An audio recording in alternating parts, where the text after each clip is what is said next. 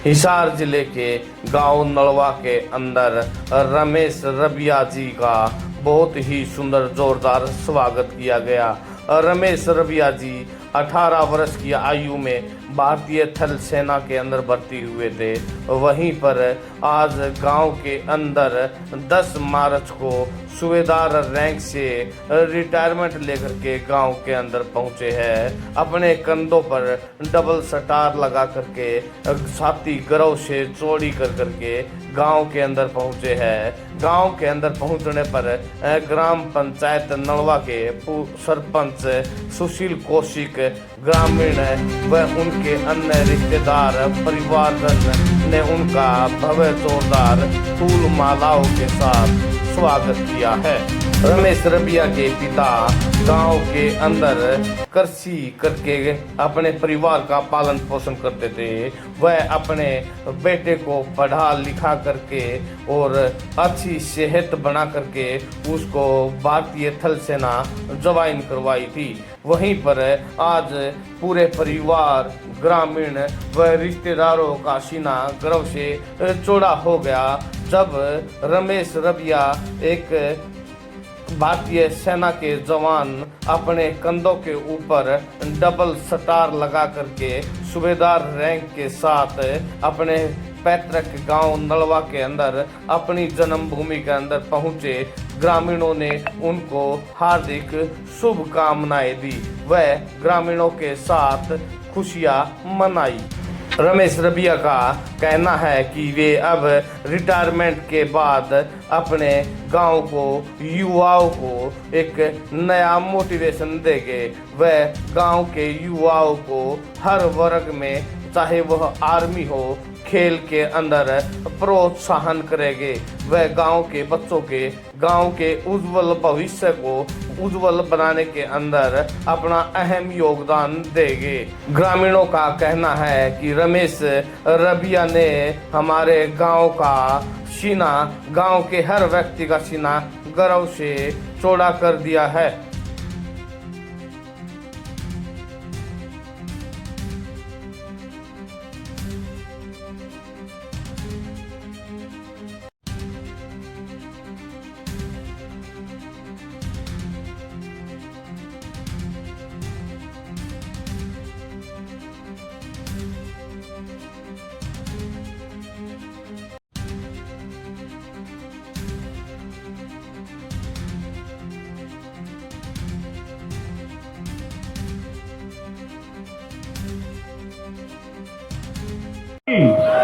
भारत माता की वंदे वंदे वंदे।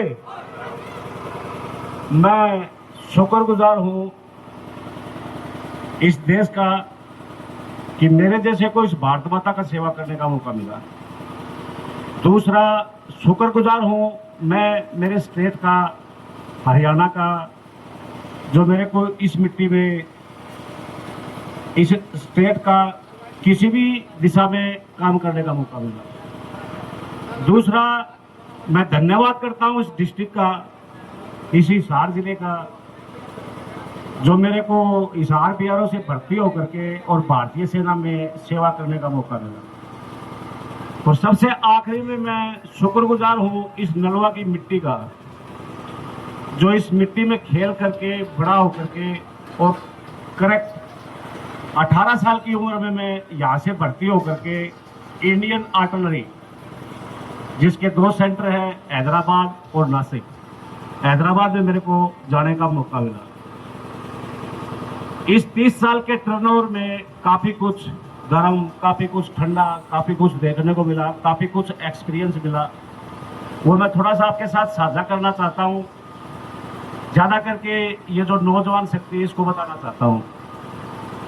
जिंदगी में बदलना है ना, तो सबसे पहले एक चीज बदल लो, आपका लगभग पूरा जीवन बदल जाएगा। जो मेरे फादर साहब कहा करते हैं, बेटा बदलना है ना तो अपनी सोच को बदलना चाहिए। सोच यानी कि रवैया आपका, अंग्रेजी में इसको एटीट्यूड बोलते हैं, एटीट्यूड। ठीक है, इसका एक छोटा सा उदाहरण देता हूं। ये नन्हे मुन्ने बच्चे जो क्लास में पढ़ने वाले हैं, किसी ने एक पानी की जहाज बनाई, पानी की जहाज, ठीक है। तो जब वो पानी की जहाज बना रहा था तो दुनिया ने उसको वोटिंग किया पूरी तरह से कि ये पानी की जहाज बना ही नहीं सकता, लेकिन उसने वो पानी की जहाज बना दी। फिर दुनिया ने उसको बोला कि इसने पानी की जहाज बना तो दी, लेकिन ये पानी की जहाज चल नहीं सकती। उसने उस जहाज को चला भी दिया। उसने उस जहाज को चला भी दिया।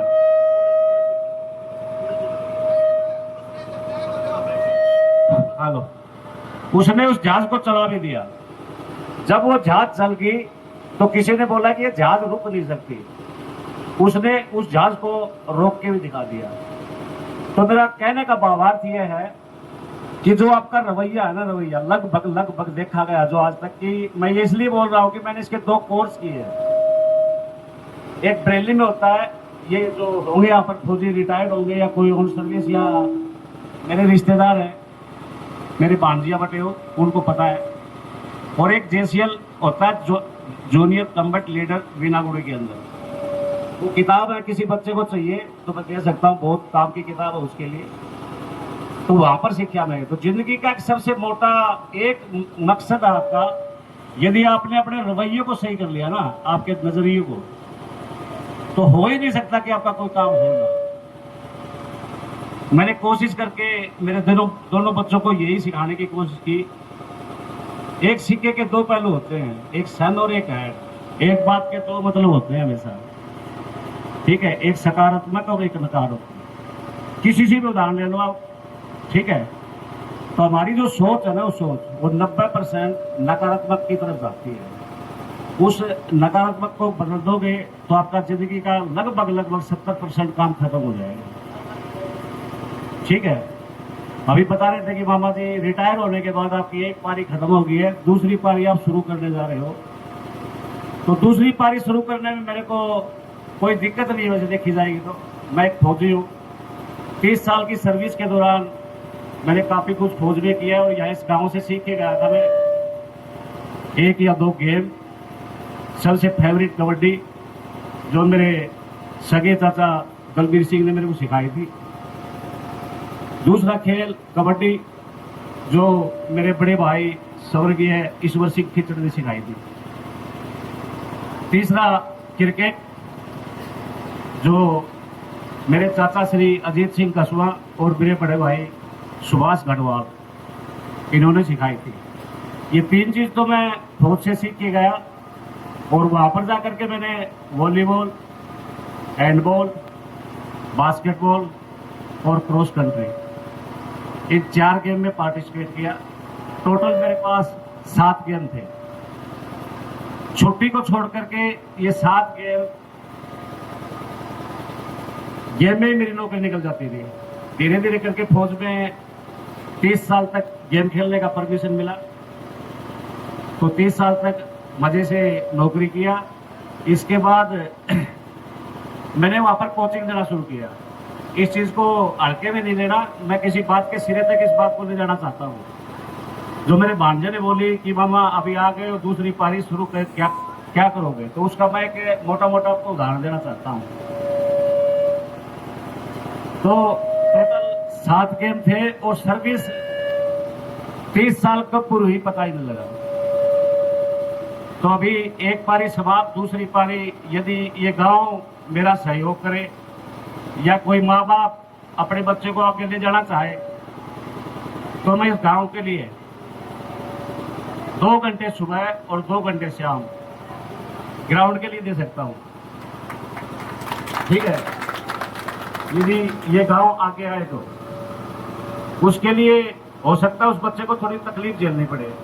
फौज की नौकरी और फौज की ट्रेनिंग आसान नहीं है। एक गांव से जा करके और एक सेंटर में एक उस्तादों के नीचे ट्रेंड होना हुआ। उस्ताद मारते हैं, पीटते हैं, रगड़ा देते हैं, वो किसी और के लिए नहीं देते, वो हमारे लिए देते हैं। बोला जाता है कि ट्रेनिंग में बहाया हुआ पसीना लड़ाई में खून को बचाता है, ठीक है। तो मैं सरपंच साहब भी इधर ही है, बुजुर्ग मेरे काफी नजदीक खड़े हैं, मेरे युवा साथी हैं। मेरे को 1 या 2 चीज की जरूरत पड़ेगी। एक तो मेरे को जब मैं खेलता था तो हमेशा मेरे दादा गंगाधर से और मेरे दादा केशवराम दैया से काफी झगड़ा होता रहता था ग्राउंड को लेकर के, कि आपने स्कूल को हमारा ग्राउंड दे दिया, हमारे पास ग्राउंड नहीं है, ग्राउंड दो, ये है वो है, खूब झगड़ते रहते थे, वो करते भी रहते थे। अभी मैं देखा, मैं कुछ छुट्टी आया, कुछ गांव में घूम करके देखा मैंने। हमारे टाइम के अंदर जब मैं ये आर्मी को ज्वाइन किया था तो लगभग यहाँ पर खड़े हैं मेरे भाई, इस नलवा गांव को ये खेल को 100 किलोमीटर तक जाना जाता था। अभी भी मैं छुट्टी सेफ वन हूँ और अभी भी मैं लास्ट का अपना एग्जाम 5 किलोमीटर का एक्सीलेंट में कवर करके आया हूँ। अभी भी मेरी घर के अंदर आदत है ये, मैं 5 बजे के बाद अपना बिस्तर छोड़ देता हूँ, चाहे कितनी भी सर्दी हो, चाहे कितनी भी गर्मी हो। कि दिसंबर के महीने में मेरे घर वाले भी 7-7 बजे उठते थे, लेकिन नहीं, मैं घूम के फिर के आके इनको सबको चाय पिला के अपना पानी गर्म करके जब ये उठते थे मैं नहा धो करके अपनी चारपाई बैठ जाता था। तो मैं इस लाइफ को मेंटेन रखूंगा आगे से, क्यों? सिर्फ मेरे लिए। ये मेरा फिजिकल है, ये मेरा शरीर है, ठीक है। जब मैं पेंशन आया हूँ तो मेरे भाई साहब भी इधर खड़े हैं, हमारे 16 टेस्ट होते हैं वहाँ पर, जब फौज से हमारे को भेजा जाता है। उस 16 टेस्ट में A to Z alpha to Zulu हर चीज आ जाती है, और उस हर चीज में मैं अभी सेफ वन हूँ। मैं बाकी अंत की तरफ जाता हूँ। यदि गांव चाहे तो फ्री ऑफ कॉस्ट है ये, मैं कोई किसी से पैसा नहीं लूंगा, ना मैंने किसी को भर्ती होते टाइम पैसा दिया था, और ना ही कोई भाई कोशिश करना कि इसके थ्रू पैसे देके मैं अपने लड़के को भर्ती करा दूं। लेकिन एक प्रॉमिस करता हूँ आपके साथ, वादा करता हूँ, इस ग्राउंड के अंदर खड़ा हुआ कुछ देर के बाद मैं इस वर्दी को उतार दूंगा। इस वर्दी को के ऊपर मेरे को नाज है। इस वर्दी को लेकर के मैंने जो आज तक काम किया है ना, कोई भी काम किया मैंने किसी भी प्रकार का, उसमें मैं असफल नहीं हुआ। चाहे मेरी बेटे से उदाहरण लेके देख लो, चाहे मेरी बेटी से देख लो, ठीक है, मैं इसमें असफल नहीं हुआ। इसमें असफल होने का मेरा एक ही रीजन है बस, मैं किसी काम के पीछे पड़ जाता हूँ तो उसको छोड़ता नहीं। चाहे मेरे को उसमें 10 बार असफल होना पड़े, 20 बार होना पड़े, 25 बार होना पड़े, मैं उस काम को सफल बनाने के बाद ही खाना खाता हूँ। जब मैं आकर फौज के अंदर एक ही भाषा बोली जाती है, पहले काम फिर खाना, तो उस बात को मैं यहीं पर भी जारी रखूंगा। इसके अलावा जो कोई बच्चा एनडीए के लिए या किसी एसएससी एग्जाम के लिए कोई किसी प्रकार की किताब की जरूरत है, तो वो सारी किताब मेरे पास रखी हुई है। अभी तक बच्चों ने बोला था कि छोड़ दो पापा इसको, मैं छोड़ूंगा नहीं, इन किताबों को किसी दूसरे बच्चे को दूंगा। लेकिन उस किताब के साथ एक शर्त होगी, वो शर्त ये होगी, वो किताबें हैं 700 से 800 पेज की, एनडीए की किताबें हैं, वो एसएससी की एसएसबी की ये किताबें हैं। वो किताब के 30 दिन के अंदर 15 पेज मेरे को बताएगा हर महीने के अंदर आकर के कि ये 15 पेज मैंने याद कर लिए, और उसको मैं रजिस्टर में नोट करूंगा। और 1 साल के उसकी पढ़ाई के दौरान उसका 2 से 3 बार टेस्ट लूंगा उसी में, और उसके बाद उसका रिजल्ट आपके सामने लेके आऊंगा। तो किसी बच्चे को किताब चाहिए तो उसके पेरेंट्स मेरे से मिल सकते हैं, वो किताबें फ्री ऑफ कॉस्ट मैंने मेरे छोटे भाई के पास रख दी है, ठीक है। वो एक बुक खोल दी है, उसमें अपना नाम लिखा और किताब लेकर के जाओ। एक तीसरी रिक्वेस्ट मेरी ये है, ये नौजवान बच्चों से, जिंदगी में कभी आगे बढ़ना है ना, तो अभी एक शेड्यूल चल गया एनसीसी। कोई भी बच्चा हो किसी भी प्रकार का, एनसीसी को नहीं छोड़ना। मेरे बेटे ने जब 10th किया था तो बोला पापा अगर क्या करूं, मैं एनसीसी ज्वाइन करूंगा। एनसीसी ज्वाइन करने का एक ये होता है कि उसमें सी सर्टिफिकेट मिलता है बच्चे को। उस सी सर्टिफिकेट के अंदर यदि आप जीडी के अंदर जाना चाहते हो तो 2 ही चीज होती है उसमें, आपका फिजिकल और आपका मेडिकल। उसमें रिटन टेस्ट नहीं होता है, ठीक है। तो ये अपने हर स्कूल के अंदर लागू हो गई है एनसीसी। उस एनसीसी को कवर करने का कोशिश करना। बाकी मैंने अपने मुंह से यदि कोई ऐसा शब्द बोल दिया है जो आपकी इज्जत या हजरत के खिलाफ हो तो उसके लिए मैं माफ़ी चाहता हूँ, ठीक है। लास्ट में मैं यही कहना चाहूँगा, मैं शुक्रगुजार उस माँ बाप का भी हूँ जिन्होंने मेरे को एक ऐसे घर में पैदा किया जो मेरे को अच्छे संस्कार मिले, अच्छे काम मिले। और सबसे बड़ा अचीवमेंट मेरा ये है कि 30 साल की नौकरी पूरी करके और मैं सेफ वन आज घर आ गया हूँ, ठीक है। डिफेंस ऐसा इस 30 साल की नौकरी के दौरान मैं आपको बता देता हूँ कि 30 साल की नौकरी में लगभग 14.5 साल मैंने J&K जम्मू एंड कश्मीर में बिताया है, जिसमें से 2 ग्लेशियर शामिल है। ग्लेशियर का मतलब बच्चों को बता देता हूँ मैं आपको। ग्लेशियर का तापमान जो है एट ए टाइम -47 डिग्री रहता है। 0 डिग्री तापमान के ऊपर आपके घर में जो फ्रीज रखा हुआ है, फ्रीजर जिसके ऊपर रखा हुआ है, वो 0 डिग्री के ऊपर बर्फ को जमाता है। और मैंने -47 डिग्री तापमान अपने टर्नओवर में लगभग 3 साल काटा है। और ये टाइम उस टाइम के दौर में काटा जब मिलिटेंसी फुल हैवी होती थी। मेरे साढ़े साहब भी BSF से रिटायर हैं, उन्होंने भी काटा है ये चीज़। ठीक है, तो काफ़ी दुख भरी जिंदगी है फौजी की, लेकिन उन सभी चीज़ों को निकाल करके और मैं आज सकुशल अपने घर में आ गया हूँ। अभी देखते हैं दूसरी पारी किस तरफ लेके जाती है। एक तो मैं ऑप्शन आप लोगों को बता चुका हूँ, दूसरा ऑप्शन है, यदि किसी को पता ना हो तो बता देता हूँ आपको। सोल्जर बोर्ड है हिसार के अंदर, और हम इतने क्वालिफाइड होके आ जाते हैं फौज के अंदर से कि हमारे को दूसरी पारी शुरू करने की जरूरत ही नहीं होती। ऑटोमेटिक सोल्जर बोर्ड हमारी दूसरी पारी शुरू कर देता है। वो बोलेंगे क्या, मैं एज ए आपके सामने 2 सितारे लगाए खड़ा हूँ, मैं फौज का सूबेदार हूँ, जिसको पुलिस में थानेदार बोलते हैं। ठीक है, तो मेरे को ऐसे सिक्योरिटी सुपरवाइजर किसी सिक्योरिटी विभाग के अंदर, किसी फायर ब्रिगेड के अंदर, ठीक है, कहीं ना कहीं मेरे को नौकरी मिल जाएगी। मैं इसकी ये बात आपको इसलिए बताना चाहता हूँ कि मैं अकेला सिंगल घर पे नहीं बैठ सकता। ये गांव के पास ऑप्शन है, इसको कितना जल्दी लागू कराते हैं, कितना जल्दी वो कराते हैं। नहीं तो देखो, जीविका हर किसी को चाहिए। 48 ईयर्स के अंदर मैं आया हूँ, और हर कोई सिविल या उसके अंदर देखो 58 साल की नौकरी है, 58 साल नौकरी करता है कोई भी। तो मेरी 10 साल अभी बाकी है, तो उस 10 साल को मैं अपनी आर्थिक स्थिति की साइड से कमजोर नहीं होने दूंगा। मैं सुबह 2 घंटे और शाम को 2 घंटे इसलिए बोलता हूँ कि दिन में मैं अपना 9 से 5 कोई काम करूँगा किसी भी प्रकार का। ठीक है, अभी कोई बच्चा मेरे से कुछ पूछना चाहता है तो पूछ सकता है, नहीं तो मैं अपने बातों को यही विराम देता हूँ।